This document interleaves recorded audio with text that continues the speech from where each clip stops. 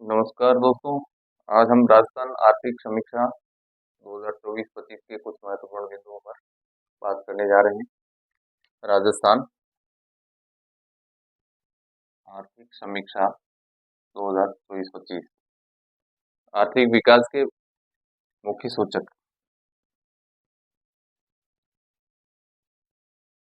आर्थिक विकास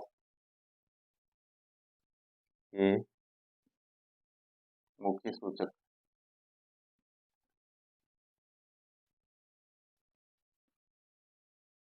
की indicators of economic development.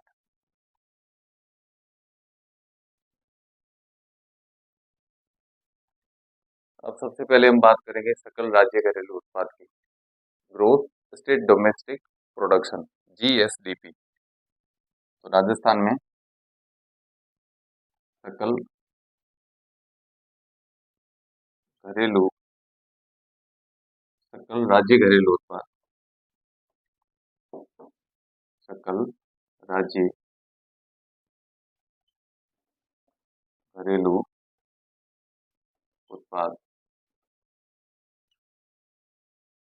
जिसको हम कहते हैं ग्रोथ स्टेट डोमेस्टिक प्रोडक्शन। तो राजस्थान में 2024-25 में स्थिर कीमतों पर अलग है और प्रचलित कीमतों पर अलग है। स्थिर मूल्य पर वर्ष 2011-12 को आधार माना गया है।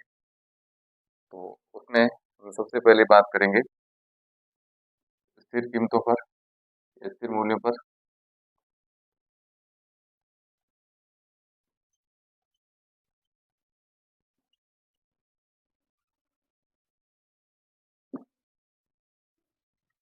स्थिर मूल्यों को वर्ष 2011-12 आधार माना गया है।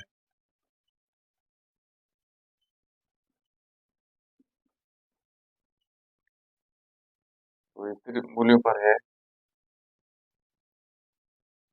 9,06,294। ये सब जो भी है वो रुपए करोड़ में,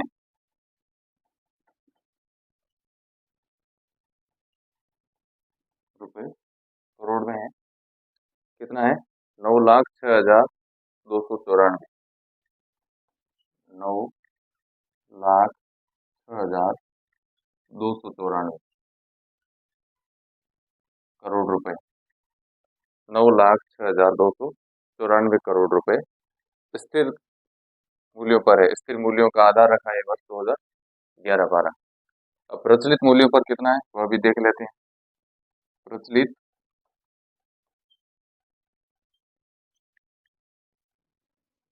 मूल्यों पर, प्रचलित मूल्यों पर प्रायः स्थिर मूल्यों की अपेक्षा अधिक होता है। तो यहाँ पर है 1,70,000,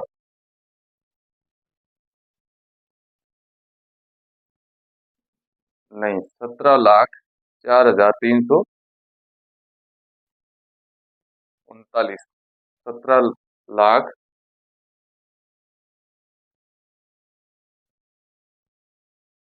17,04,339। 17 लाख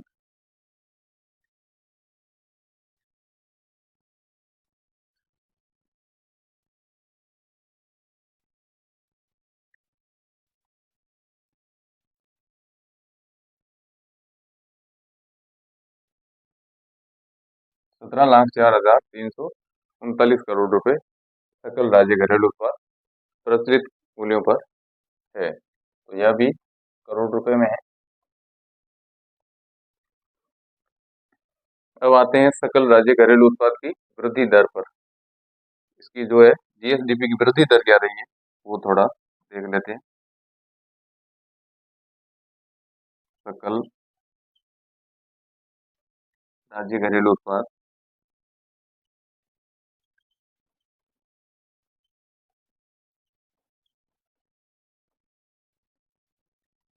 वृद्धि दर, ग्रोथ रेट क्या रही है।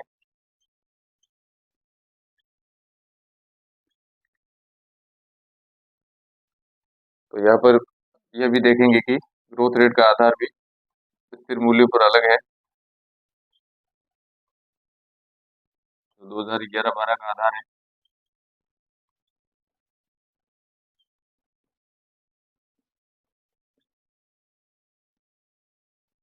और जो भी ये होगा ये प्रतिशत में होगा।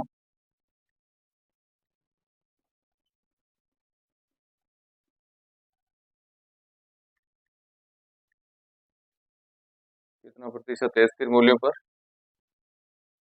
ये है 7.82%। 7.82%। और प्रचलित मूल्यों पर वृद्धि दर है।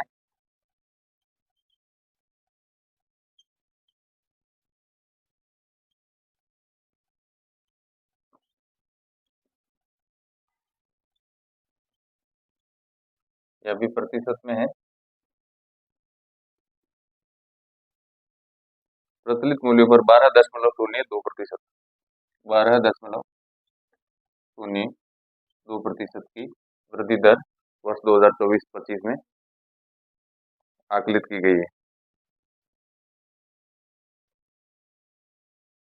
सकल राज्य मूल्यवर्धन में स्थिर मूल्यों पर क्षेत्रवार योगदान कितना है? अब आते हैं सकल राज्य का जो मूल्यवर्धन है, gross state value added, GSVA में क्षेत्रवार योगदान यानी कृषि क्षेत्र का योगदान कितना है, उद्योग क्षेत्र का योगदान कितना है और सेवाओं का योगदान कितना है, यह भी हम देख लेते हैं। सकल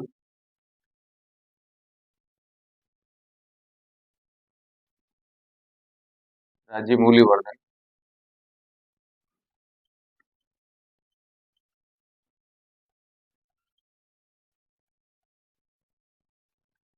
में स्थिर मूल्यों पर, स्थिर मूल्यों का आधार वही 2011-12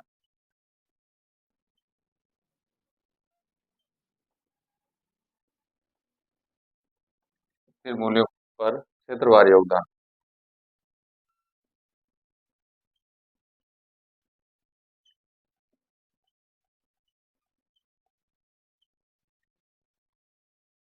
तो सबसे पहले कृषि की बात करेंगे, फिर उद्योग क्षेत्र की बात करेंगे और सबसे अंत में सेवा क्षेत्र की बात करेंगे। कृषि, उद्योग और सेवाएं यानी सर्विस सेक्टर, इसका योगदान है स्थिर मूल्यों पर कितना है, GSV में। तो यह प्रतिशत में होगा, जो भी होगा ये प्रतिशत में होगा, कृषि में, उद्योग में और सेवाओं में। स्थिर मूल्यों पर कृषि क्षेत्र का योगदान 26.54%। 26.54% ये योगदान है कृषि क्षेत्र का। उद्योग क्षेत्र का 28.39%। 28.39%। और सेवाओं का है 45.07। 45.07%। यह है सकल राज्य मूल्यवर्धन में स्थिर मूल्यों पर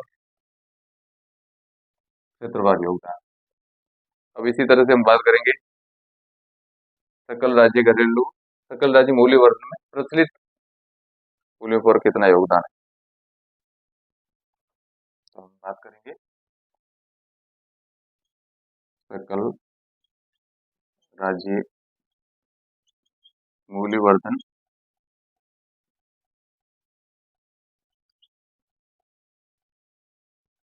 में प्रचलित मूल्यों पर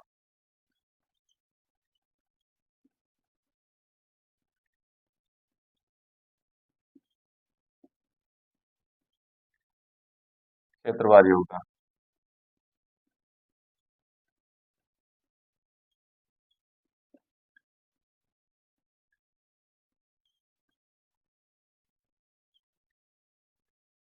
इसमें भी वही है, पहला आएगा कृषि क्षेत्र और दूसरा आएगा उद्योग क्षेत्र और तीसरा सेवाएं यानी सर्विस सेक्टर।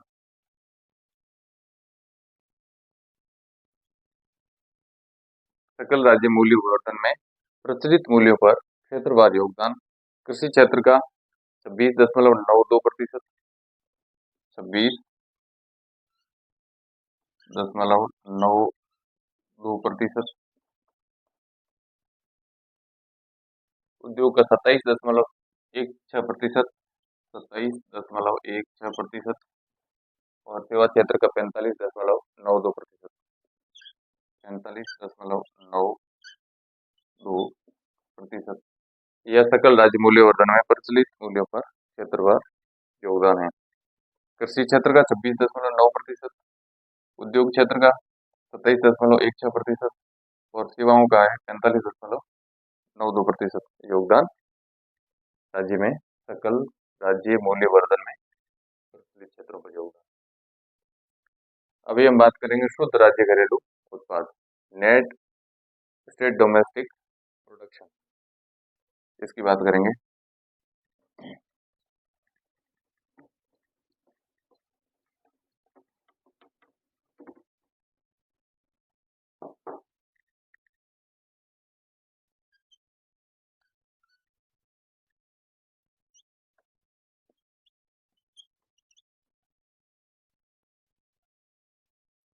शुद्ध राज्य घरेलू उत्पाद,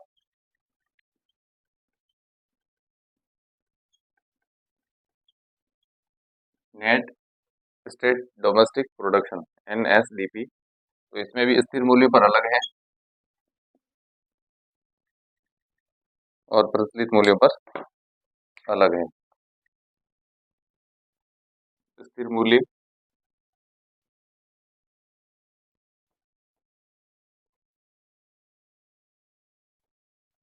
वर्ष 2011-12 का आधार मानते हुए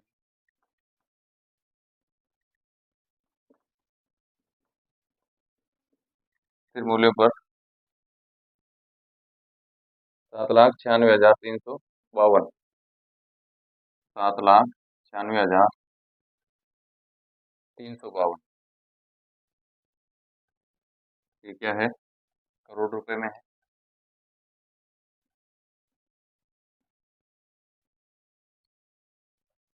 वापस देख लेते हैं। 7,96,352, 7,96,352 करोड़ रुपए शुद्ध राज्य घरेलू उत्पाद है, स्थिर मूल्य 2011-12 के आधार पर।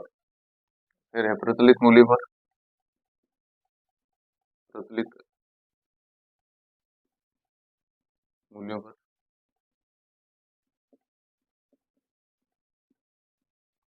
यह भी वही राशि है, वो रुपए करोड़ में है। प्रचलित मूल्य पर है 15,24,950, 15,24,950 करोड़ रुपए। वापस देख लेते 15,24,950, 15,24,950 करोड़ रुपए शुद्ध राज्य घरेलू उत्पाद NSDP, net state domestic production हुआ है 15,24,950 करोड़ रुपए।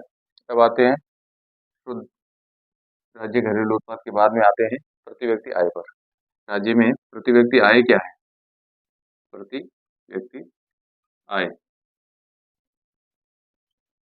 राज्य के एक व्यक्ति का आय एक वर्ष के दौरान कितनी रही है 24-25 में, वो देख लेते हैं। इसको कहते हैं per capita income, per capita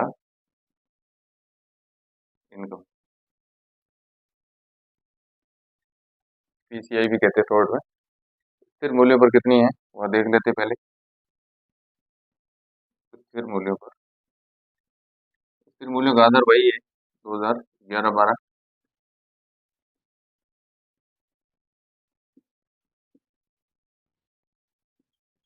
स्थिर मूल्यों पर 96,638, 96,638 रुपए,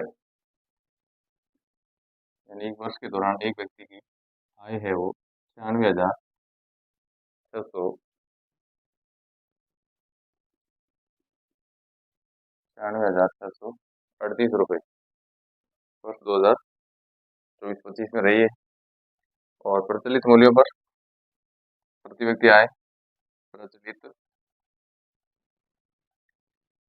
मूल्यों पर प्रति व्यक्ति आय, यानी व्यक्ति की आय कितनी रही है? 1,85,053 रुपये। 1,85,053, 185, 1,85,053,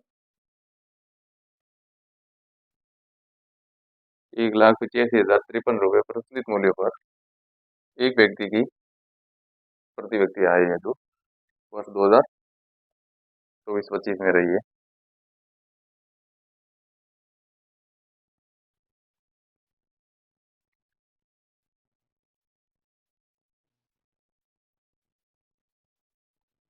कुल खाद्यान्न उत्पादन कितना रहा है? खाद्यान्न उत्पादन, कुल खाद्यान्न उत्पादन कितना रहा है?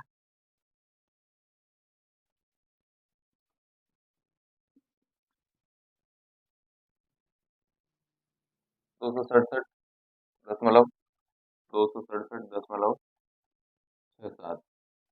और ये भी है वो लाख मीट्रिक टन में है, और अग्रिम अनुमान है 267,67 लाख मीट्रिक टन, और अग्रिम अनुमान है।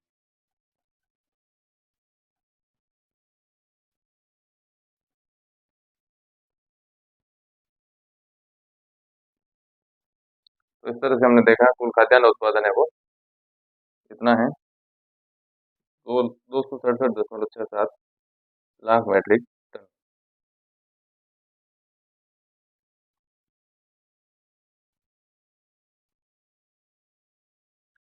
अब हम बात करेंगे नेक्स्ट,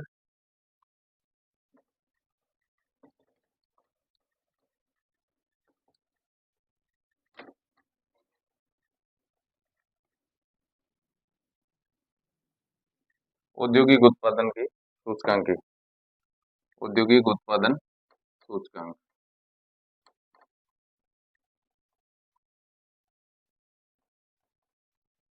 औद्योगिक उत्पादन सूचकांक।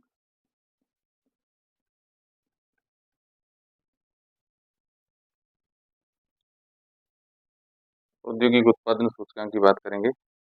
इसका आधार वर्ष है 2011-12। आधार वर्ष 2011-12 बराबर 100, ये इसका मानक है। और ये रहा है 23-24 में 157.31, 157.31।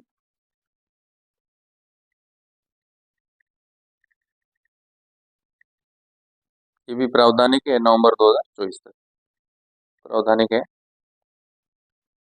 इसको कह सकते हैं प्रावधानिक।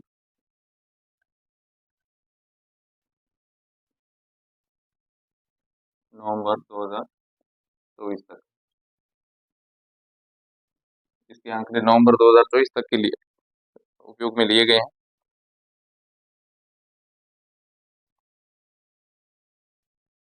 अब आते थोक मूल्य सूचकांक की बात कर लेते हैं। थोक मूल्य सूचकांक,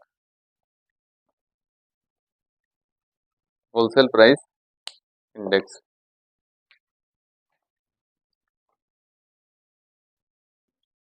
थोक मूल्य सूचकांक,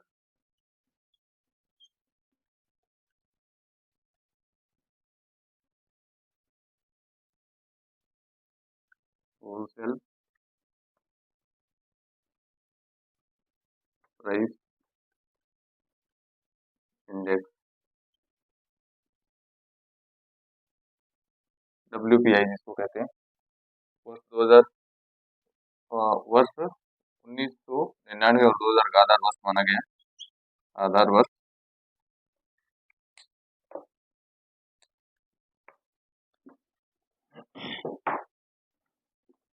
आधार वर्ष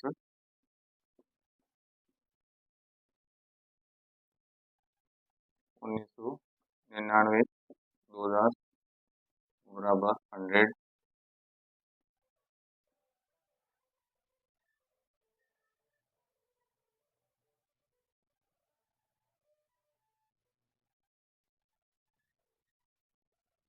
इसके आधार पर थोक मूल्य सूचकांक है 396.54। 396.54 ये थोक मूल्य सूचकांक रहा है 24-25 में। और ये दिसंबर 2024 तक के आंकड़े हैं।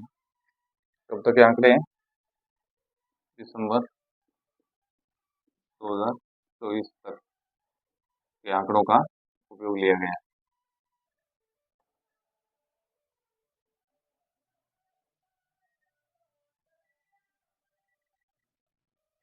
और इसमें प्रतिशत परिवर्तन हुआ है। प्रतिशत परिवर्तन कितना हुआ है?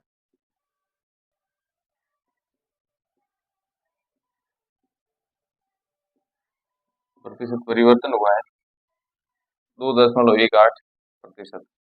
2.18% का परिवर्तन हुआ है। धनात्मक परिवर्तन हुआ है, नेगेटिव में नहीं है, पॉजिटिव में है। यानी थोक मूल्य सूचकांक में बढ़ोतरी हुई है प्रतिशत में 2.18% की। अब आते हैं अधिष्ठापित ऊर्जा। अधिष्ठापित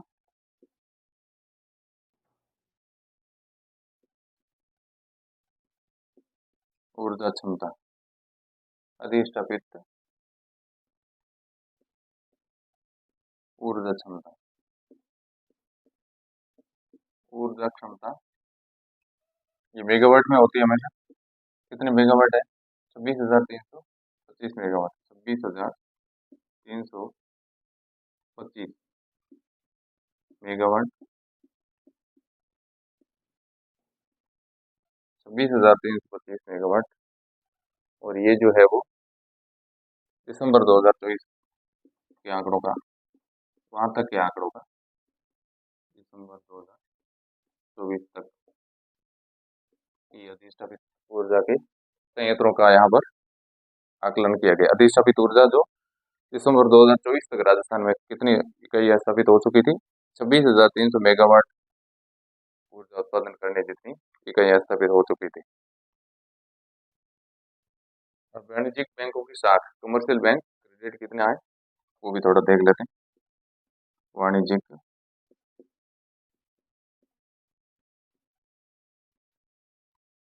बैंक साख। वाणिज्यिक बैंक साख है 6,11,546। 6,11,546 करोड़ रुपए। वाणिज्यिक बैंकों की साख है 6,11,546 करोड़ रुपए। और ये भी सितंबर 30 सितंबर तक के अनुसार है। यानी 30 सितंबर 2024 के तक कितनी थी साख? 6,11,546 करोड़ रुपए की वाणिज्यिक बैंकों की साख राजस्थान में रही है। तो ये थी महत्वपूर्ण बिंदु जो राजस्थान की आर्थिक समीक्षा 2024-25 से हमने गृहीत की है। आशा करते हैं ये आप लोगों को जानकारी पसंद आई होगी। अगर पसंद आई है तो चैनल को सब्सक्राइब करें, लाइक करें और शेयर करें। तब तक हम किसी और टॉपिक के साथ में मिलते हैं। नमस्कार।